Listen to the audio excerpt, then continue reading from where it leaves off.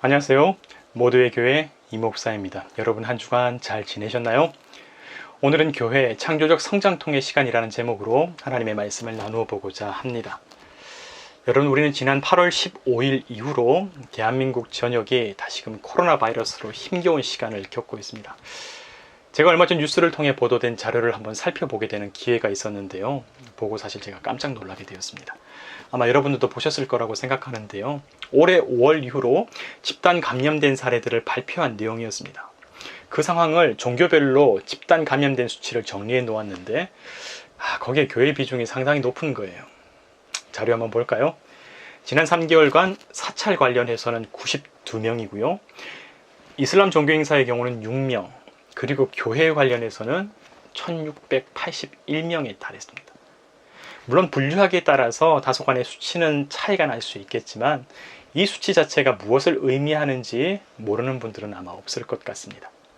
게다가 8월 초 이후로 코로나 감염자의 절반이 교회를 통해 발생하게 되면서 우리 스스로가 신앙인으로서 부끄러움과 함께 또 죄송스러운 마음을 금할 수가 없었어요. 이렇게 어려운 상황임에도 불구하고 여전히 한국교회의 대표자로 자처하는 이들은 비대면 예배를 거부하고 있는 상황입니다. 정말 답답한 노릇입니다. 최근의 기사만 해도 부산과 경기도의 기독교연합회 그리고 한교총에 관한 보도를 보았는데요. 대부분 다 현장 예배를 포기할 수 없다는 그런 취지의 내용들이었습니다. 그리고 그 중에서 경기도의 경우에는 9월부터 현장 대면 예배를 강행하겠다는 발표까지 하면서 이거 앞으로 어떻게 되는가 싶은 그 정말 착잡한 마음과 또 화가 나는 마음 그리고 서글픈 마음까지 들게 되었습니다. 우리가 지금 같은 한국에 살고 있지만 정말 다른 세상에 살고 있는 건 아닌가 싶은 생각까지 들었죠.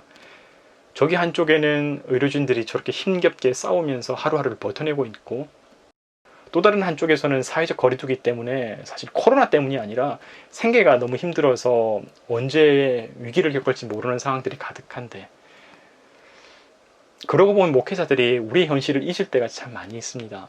이분들이 교회와 상관없는 분들이 아니고요. 바로 교회의 성도들이고 신앙인들입니다. 과거든지 현재든지 미래든지. 그토록 열심히 비대면 예배를 주장했었던 그 이재갑 교수님조차도 사실 교회의 집사님이시잖아요. 교회의 지도자들이 우리 스스로 교인들의 삶을 파괴하고 있는 이해가지 않는 이 형국이 지금 우리가 살아가고 있는 현실의 모습입니다. 물론 저도 목회자이기 때문에 교회의 미래에 대한 불안감이 어느 정도인지를 잘 알고 있습니다.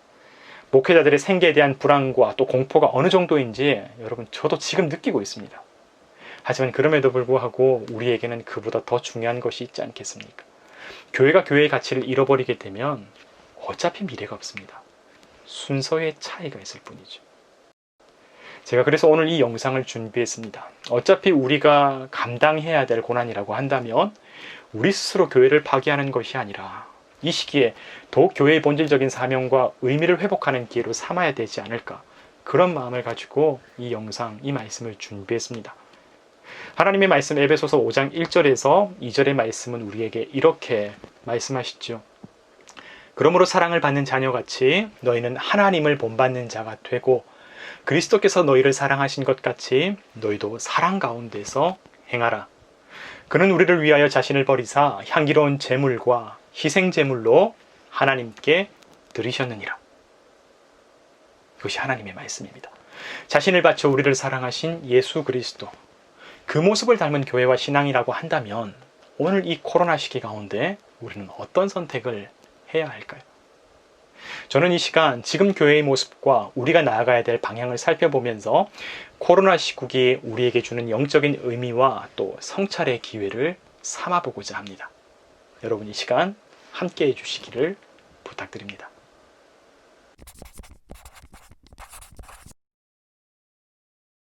가장 먼저 우리는 코로나19를 통해 교회의 미성숙한 현실이 어떠한 것인지를 제대로 파악하게 되었습니다.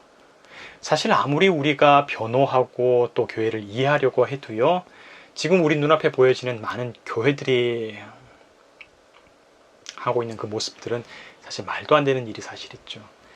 예수 그리스도의 몸된 교회, 신앙인들의 모임, 그렇게 말하기 어려운 상황입니다.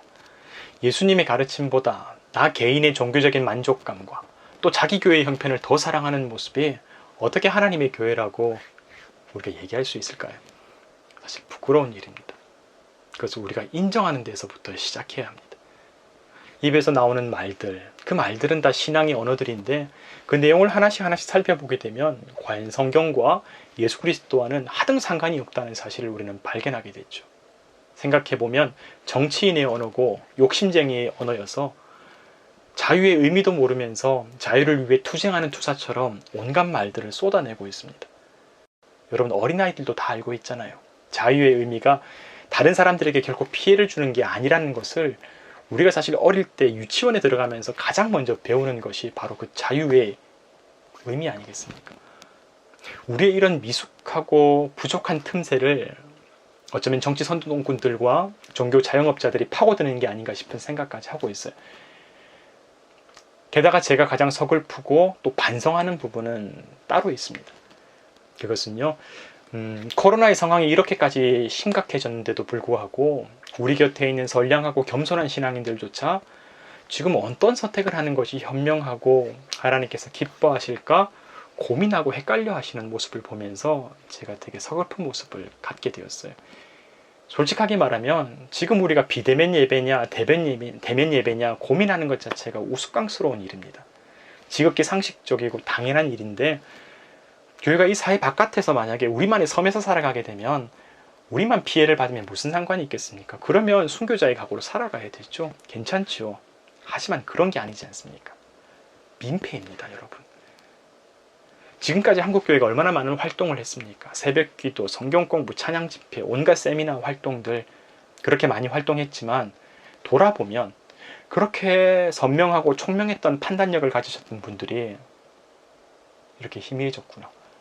집단의 논리와 신앙의 언어 가운데 우리에게 가장 중요한 우선되는 가치를 잃어버린 게 아닌가, 그런 마음을 갖게 되었습니다. 그래서 앞으로의 한국교회의 미래가 허락된다면 우리는 가장 기본적인 양심과 상식과 다른 이에 대한 존중, 이 최소한의 기본 소양부터 다시 배워야 할 것,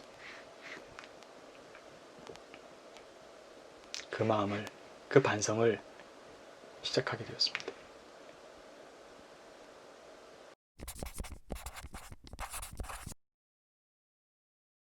하지만 그런 와중에도 감사한 일들이 있었죠. 사실 저도 전혀 생각하지 못했던 일들이거든요. 현장 예배를 드리지 못하게 되니까 집이나 자신의 방이나 각자만의 공간 가운데에서 직접 말씀을 읽는 분들이 생겨나기 시작했습니다. 우리가 지금까지는 교회를 통해서 그리고 목사님을 통해서 누군가가 전해주는 말씀을 들었지 않습니까? 그런데 이제는요, 직접 말씀을 읽으면서 영적인 시간을 찾기 시작하는 거예요.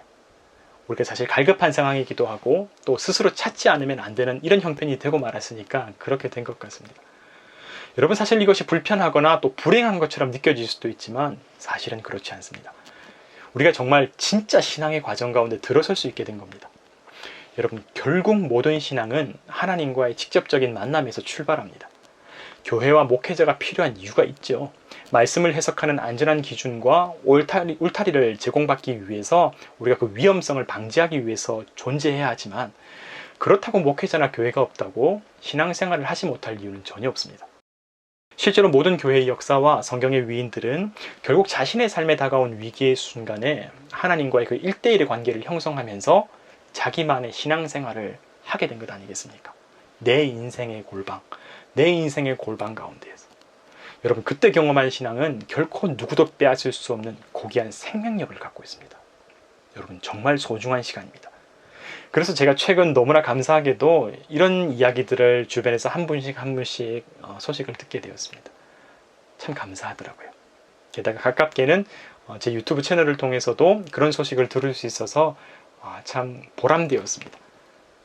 교회 가지 못하는 상황이니까 가정에서 아니면 혼자서 말씀을 읽고 차분하고 진중하게 우리의 신앙을 되돌아보게 된 겁니다.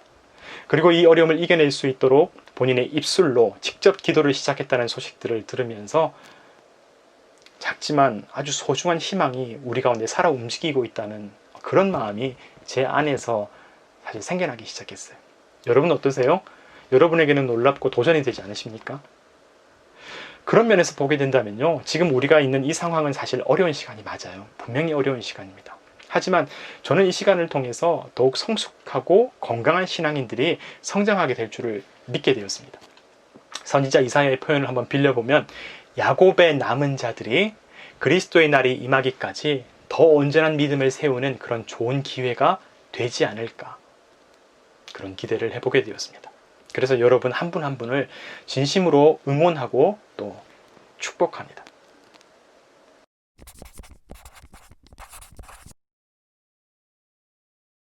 우리가 분명히 기억해야 할 것은 초대교회가 돈이 많아서 그 생명력을 유지한 것이 아니라는 사실입니다. 여러분, 우리에게 초대교회라고 한다면 어떤 이미지인가요?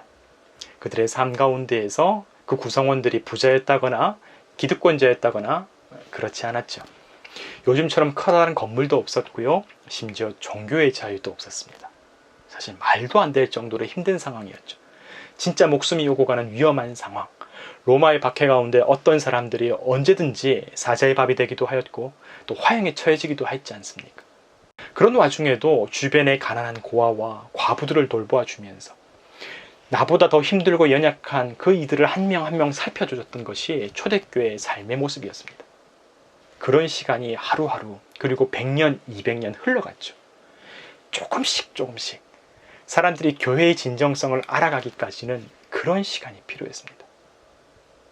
신앙인들이 가지고 있었던 정직한 삶, 부당한 모습도 인내와 화해로 바꾸어내는 경이로운 영성, 그 기도, 평화를 사랑하는 마음으로 내가 손해를 보며 살아갔었던 희생적인 삶.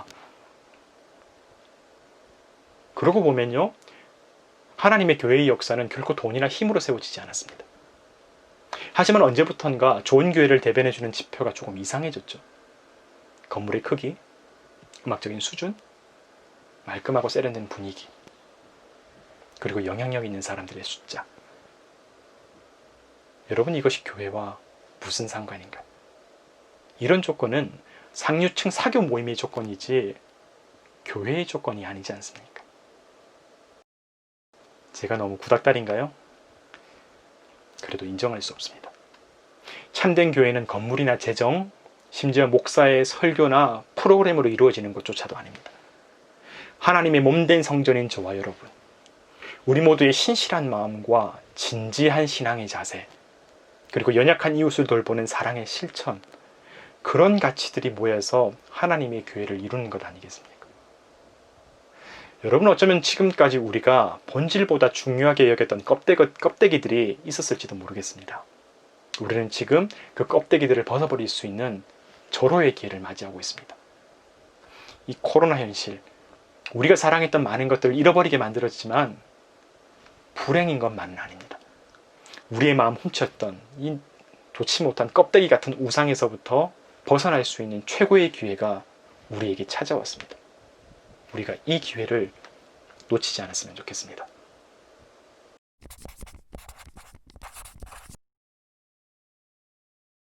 마지막으로 지금 우리가 고민해야 될 것은 따로 있는 것이 아닌가 생각하게 되었습니다. 우리는 지금 대면 예배냐 비대면 예배냐 이런 것에 우리의 에너지를 낭비할 때가 아닙니다. 이상한가요? 그렇지 않습니다. 모두의 건강과 안전을 위해서 비대면 예배는 당연하고 상식적인 겁니다. 교회는 그 이상을 고민해야 되지 않겠습니까? 여러분, 저는 믿습니다. 복음은 여전히 살아있습니다. 세상이 아무리 힘들고 어려울수록, 그럴수록 복음은 빛을 발합니다. 그렇지 못하면 복음이 아니지 않습니까? 그렇지 않습니까? 병자들과 귀신 들린 자들이 넘실거렸을 때에 그들을 도왔던 것이 복음의 능력이었고 예수의 사랑이었습니다. 여러분, 오늘 이 시기에, 이 위기의 시대에 복음이 정말 진짜라고 한다면 우리는 우리의 시대에 알맞는 방식으로 복음을 해석하고 전달해야 될 사명을 갖고 있지 않겠습니까? 그리고 그때에 교회의 위기와 우리 신앙의 어려운 시절이 오히려 하나님의 부활의 영광으로 새로워지는 것 아니겠습니까? 여러분, 그러므로 기독교를 내 개인적인 만족을 채우는 종교로 전락시키지 않았으면 좋겠습니다. 우리 사회의 가장자리, 누군가의 돌봄과 도움이 정말로 필요한 분들에게 복음을 정말로 소중한 것이기에 그분들에게 복음을 전해야 합니다. 여러분, 올해 초 코로나가 막 시작되었을 때의 상황입니다. 당신은 마스크 대란 때문에 저마다 마스크를 구하기가 쉽지 않은 상황을 우리가 살았죠. 그때 서둘러 온라인 예배를 준비하고 또 마스크 대란으로 힘들어할 독거노인들을 위해서 따로 마스크를 구하기 위해 애썼던 교회가 있었습니다. 그 전에도, 그때도, 그리고 지금까지 독거노인들의 반찬을 꾸준히 제공하는 훌륭한 교회와 성도들이 있습니다. 저는 그런 교회를 알게 되어서 참 감사합니다. 코로나 때문에 힘들고 짜증나지만 내 마음대로 신앙생활을 하는데 왜 내 자유를 침범하느냐, 이게 아니라 예수 그리스도의 제자로서 이 시대와 이웃을 위해 나는 무엇을 할 수 있을까? 참된 교회가 되기 위해 우리는 무엇을 할 수 있을까? 그것이 우리의 기도 제목입니다. 저와 여러분의 구체적인 기도의 제목이 되기를 바랍니다. 그러면 여러분, 오늘도 감사합니다.